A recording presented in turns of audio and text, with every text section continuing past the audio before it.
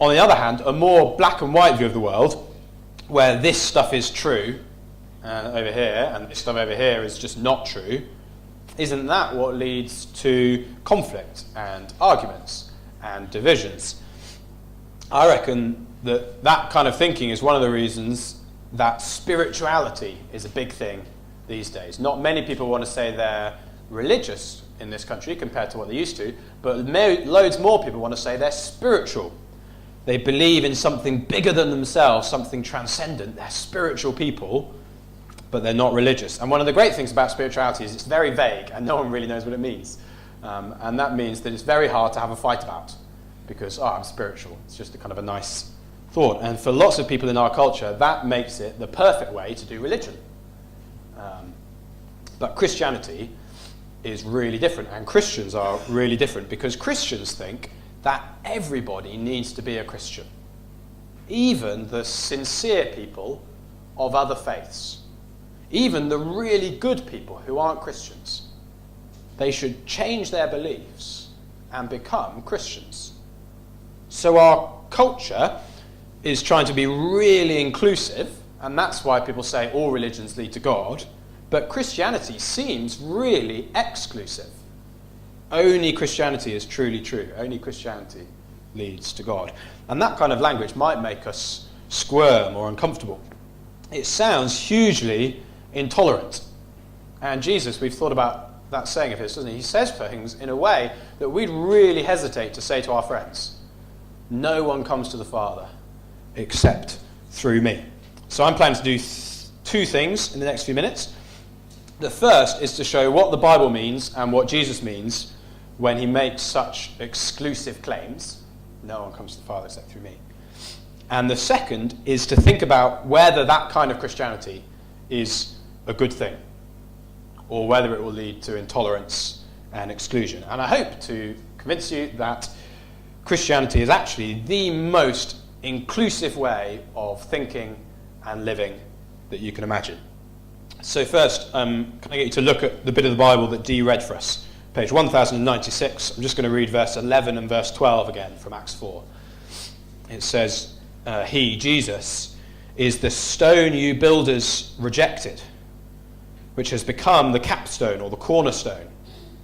Salvation is found in no one else, for there is no other name under heaven given to mankind by which we must be saved. Salvation is found in no one else than Jesus. That verse teaches us at least two big things. The first is that humans need saving. Salvation is found in no one else. It's salvation that this is about. Our question is whether all religions lead to God. And to make sense of Christianity's answer, we need to understand why we need leading back to God in the first place. If God, if God is at the top of the mountain, then why would anybody need to walk up the mountain to him? Why aren't we all already at the top of the mountain with him? Why is there even a kind of a need to get back to God? And the Bible's response is that the reason we're away from God and cut off from God is that God is holy.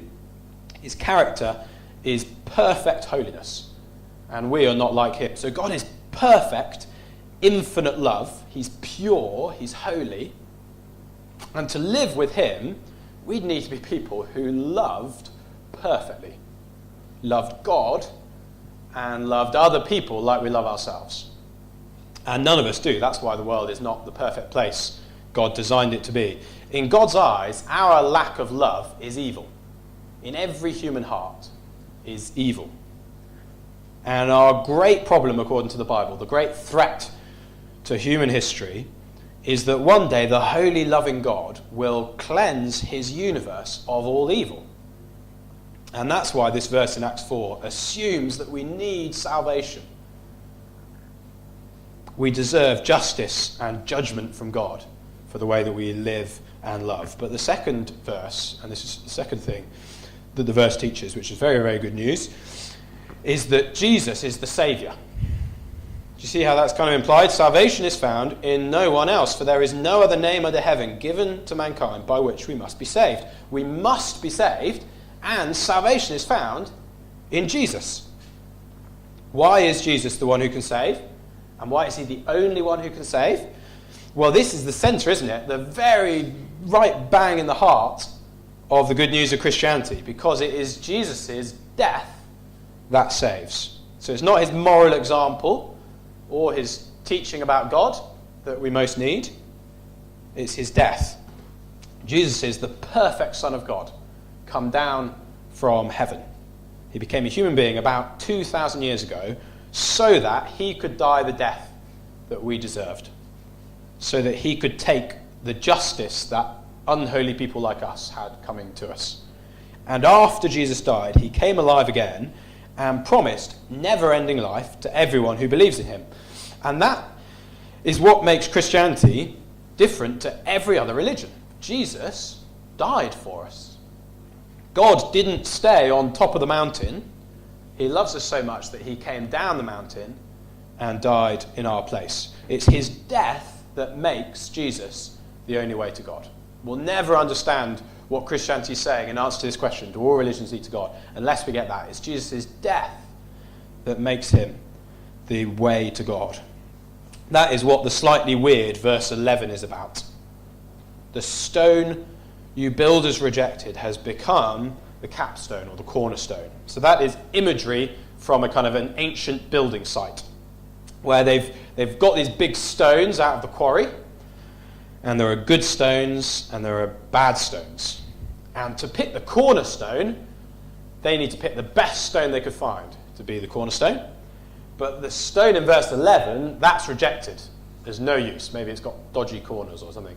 They've just like, David's giving me a funny look. I should have run this past David before I started talking about building.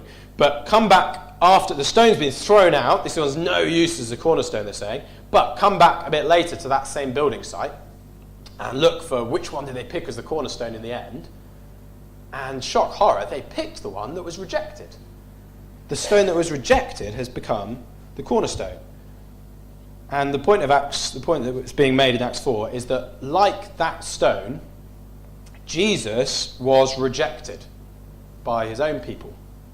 They killed him on the cross. But that was always God's plan, because he couldn't have been the cornerstone if he hadn't been rejected.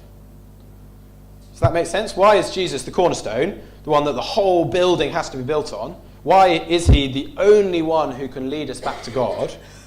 Because he's the only one who died the death in our place. He was rejected so that he could be our cornerstone. So do you see how exclusive Christianity is? We all need saving, and only Jesus can save.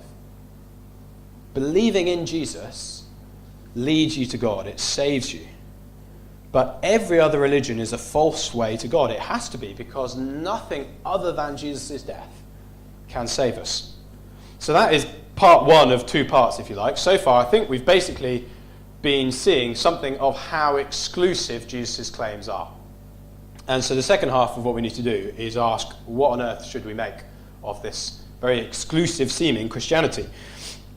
I am presuming that for you it is important that we be able to live in harmony with other human beings.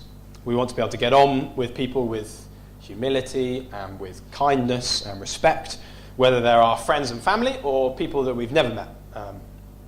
But, and this is an important question I think, won't such an exclusive religion lead to arrogance and superiority instead, where we end up saying, we have the truth and you guys are wrong.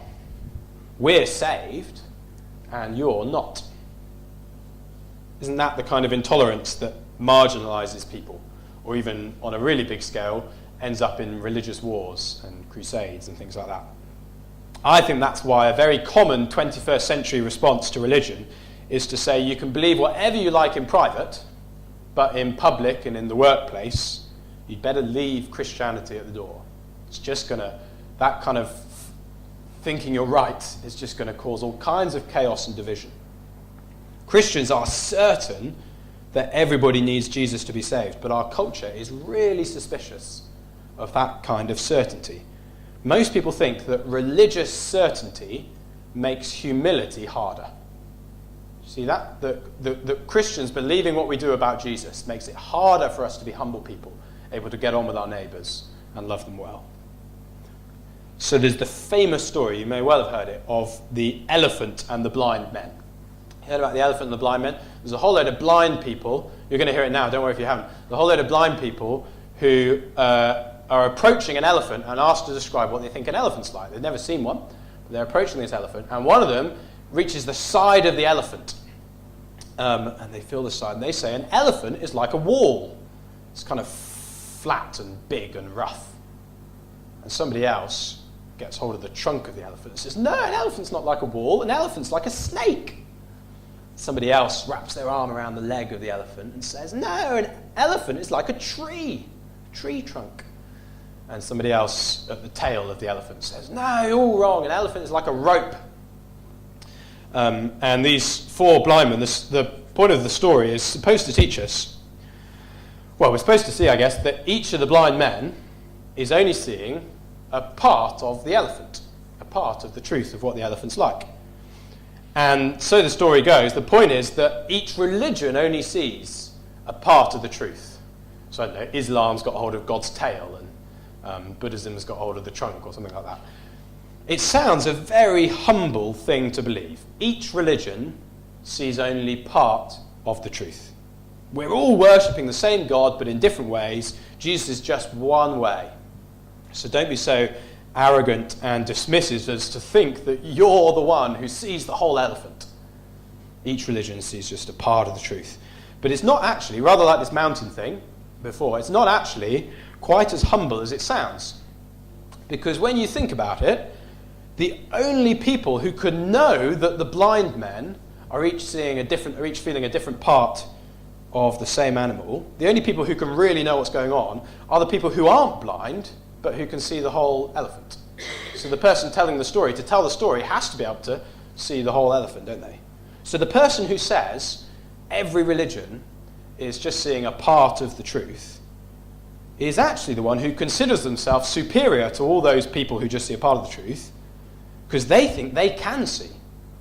They sound very humble. But they're actually saying everyone other than them is blind. They're claiming to be able to see the elephant clearly, while all those religions, they're in the dark, just seeing a part of the truth. So insisting that no religion could possibly have the truth is not actually a good way to breed humility and respect. You can end up forcing religions to keep what they believe in private, but you won't actually breed humility with that kind of attitude. And yet our world needs more humility and respect, doesn't it? So how can we get it? Well, it happens within Christianity itself. There is big help for achieving the kind of humility we're looking at, because Christianity isn't exclusive in a way that makes Christians arrogant. Not if they've understood Jesus anyway. Christianity isn't exclusive in a way that makes Christians arrogant. Christianity is exclusive in a way that makes you humble. There's a writer called Tim Keller who makes this point when he's explaining the Christian message. He talks about the way that some gifts, some presents, are, by their very nature, they make you swallow your pride. So imagine your next birthday or something like that. Next time you get given presents. You open a present from a friend, and it's a dieting book. And then you unwrap another present from another friend, and it's another book titled Overcoming Selfishness. And you've got these two books from these two friends in front of you, and you're thinking, what am I going to do? How do I respond to these gifts? To thank your friends for those presents, to say, oh, thank you for my dieting book and my Overcoming Selfishness book. To thank them for them is to admit, I think, that you are overweight and obnoxious, which is a fairly humbling and hard thing to do, right? In other words, Tim Keller's point is there are some gifts that are hard to receive. They force us to confront our flaws and admit we need help. I can only cheerfully receive a book on dieting if I know I need it. I can only cheerfully receive Overcoming Selfishness if I'm very self-aware of my own selfishness. There has never been a gift offered that makes us swallow our pride to the extent that the gift of Jesus Christ does.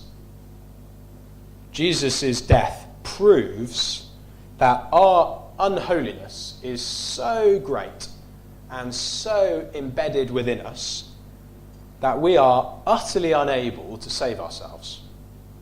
We are not people who can pull ourselves together and live a moral and a good life. If we were, the Son of God wouldn't have needed to become a human and die for us.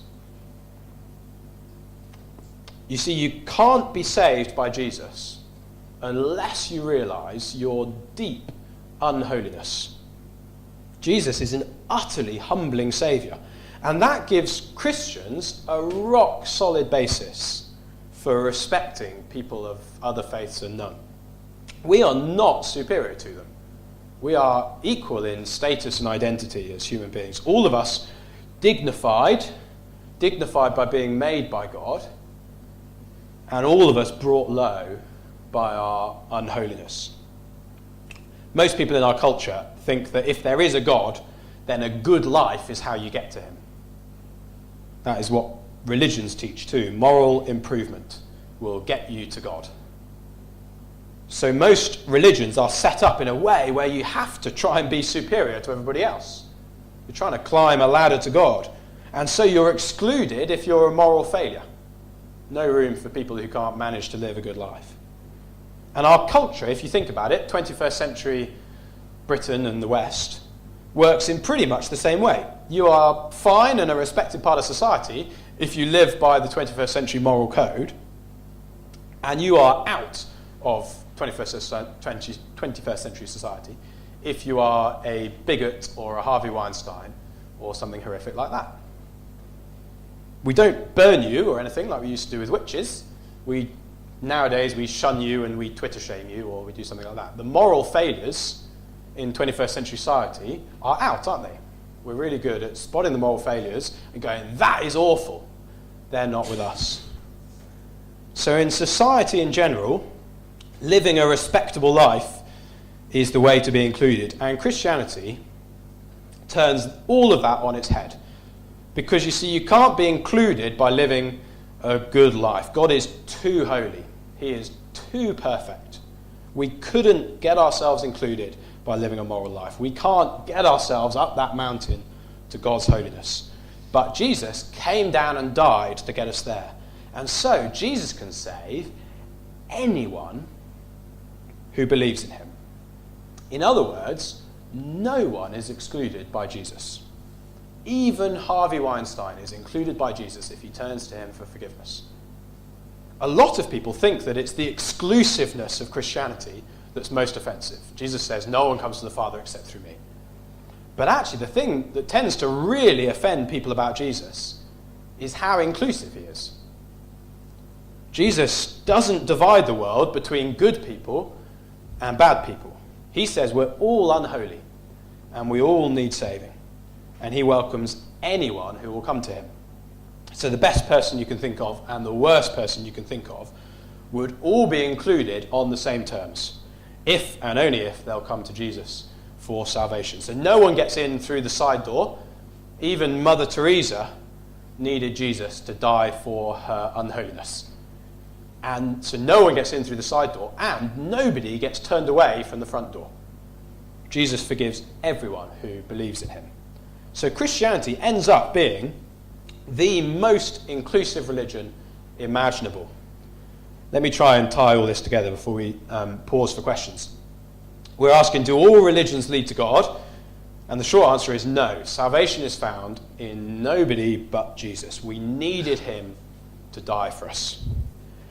But doesn't that make Christianity the enemy of inclusiveness and tolerance? Well, no, because the cross of Jesus is utterly humbling and therefore the most inclusive thing that there is. Nobody gets in without the cross of Jesus, and anyone can be included because of it. We'll have some time for questions in a moment, and it might be that I've raised more questions than I've answered. I'm used to that. Why don't we take a minute or two with somebody nearby, or on your own if you like, and work out what your big 1 or 2 or 3 or 4 questions are, and then we'll have some time to try and think what the Bible says about them.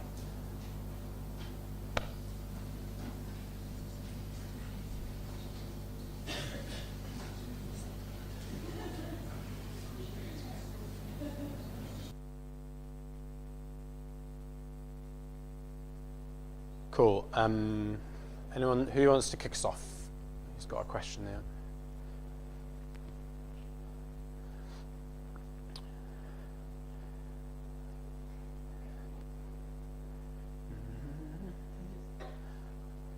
There was definitely talking. Someone must have a question.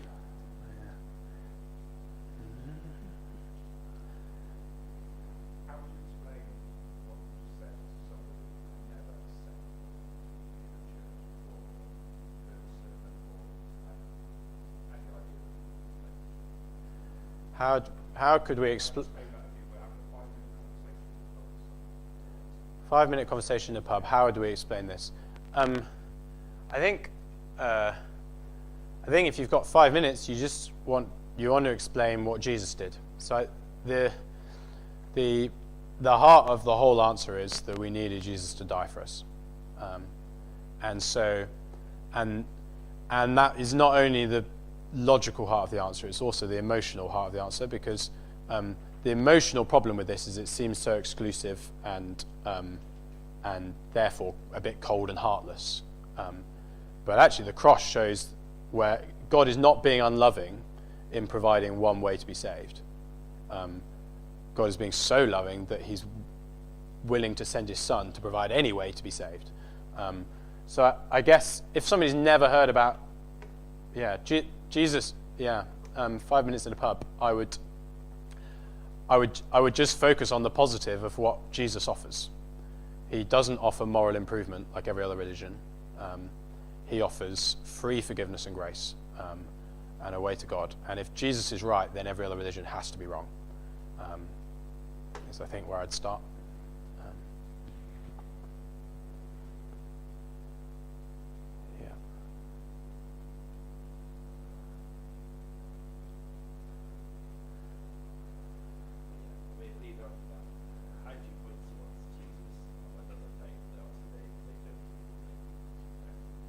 Yeah.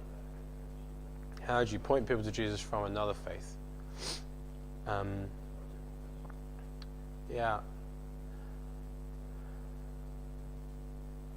guess in a sense, I'm not sure it's that different. Sometimes it's easier with people of other faiths. They'll be up for talking about what they believe in a way that your average 21st century Brit isn't. Because your average 21st century Brit thinks religion should be barred from all conversation because for exactly the kind of reasons we were talking about. And the other great advantage we have is Jesus is just so radically different to anything else being offered anywhere. He's God become a human being. He's God in human histories so that we can look at him and see. So I think I'd ask lots of questions to somebody from another religion. I'd ask them what they believe about God, what they think God's like.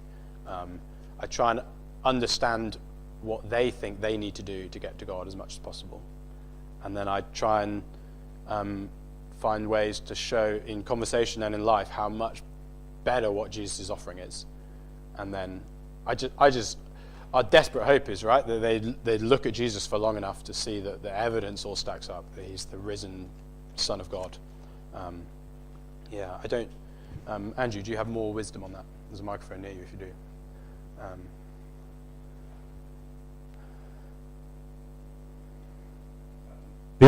One of the key answers is that whoever we're talking to, we have to understand really well. So if you're talking to a Muslim, it'd probably be good to do some research on Islam, work out what they believe, have a conversation with your friend about do they believe those tenets of Islam. If you're talking to a Jew, it'd be worth knowing what Judaism, do you see what I mean? So we talk best to people with whom we disagree when we understand them really, really well. So that's why Andrew's answer is really helpful. Ask loads of questions. Oh, what do you believe? You'll never meet a Muslim who's got assurance, for example. Within Islam, you cannot be confident that you'll go to heaven. You just can't. So that could be quite a good conversation within Islam, wouldn't it? Or if you're talking to a Jew, then you're obviously going to be opening the Old Testament with them. You're going to be finding common cause. The Quran commands Muslims to read the Bible. So I've quoted that to Muslims before and said, as I understand it, your holy book commands you to read my holy book. Would you like to go and check that out with your teacher? And if your teacher says yes, then we could read together and we could read John's Gospel. So that goes for people of any other faith. So that goes for the atheist who believes the universe created itself. You're going to want to understand really clearly what they believe, try and stand with them, so try and stand in their shoes, and say, do what Andrew said, which is get to Jesus eventually, or get to Jesus as quickly as you can. But the more you understand what someone believes, the more likely you are to give a good answer. Does that make sense? Yeah, because I think Jesus is the great example in this, right? Because how was he able to say things like, no one comes to the Father except through me, why haven't we got records and records of his apologetics on what was wrong with every other religion in the world? And the reason is kind of what Andrew was showing us with this, right? That what he went was, look at me. I'm the one who's come down the mountain I take great encouragement from that my friends sometimes ask me, have you read into every other religion in the world so that you can know? They're basically saying, have you been up every mountain path so you can know? And we can say we don't have to, because we're utterly convinced by Jesus. Yeah. Time for one more question if there is one.